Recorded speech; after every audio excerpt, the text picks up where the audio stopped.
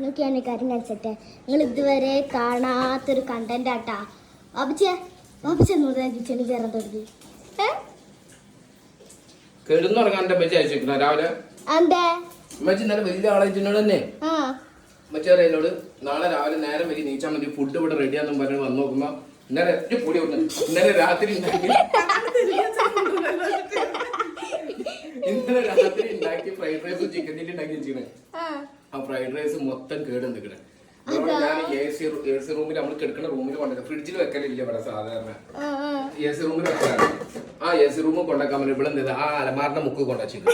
എന്നിട്ട് രാവിലെ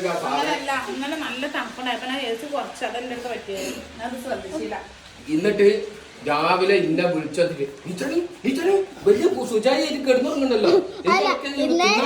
ഇന്നലെ രാത്രി ഉമ്മച്ചി പറഞ്ഞേ ആരും നീച്ചാണ്ട ആരും നേരത്തെ നീച്ചാണ്ടക്ക് നല്ലപോലെ കിടന്നുറങ്ങണം പറഞ്ഞ ആളാ സംഭവം അതല്ല ആൾക്ക്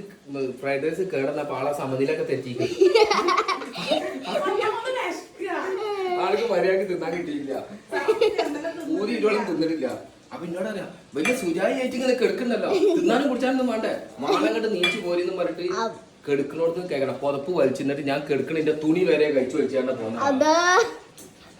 എന്നിട്ട് ഇപ്പൊ എന്താ ഉണ്ടാക്കണ കണ്ടില്ല ആ മനസ്സ് നിങ്ങള് കാണണം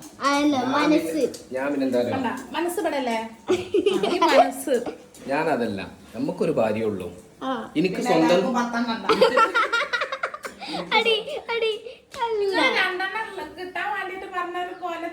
എനിക്ക് സ്വന്തം എന്ന് പറയാൻ എന്റെ സ്വന്തം ഭാര്യ അപ്പൊ ഞാൻ ഓളെ എന്തൊക്കെ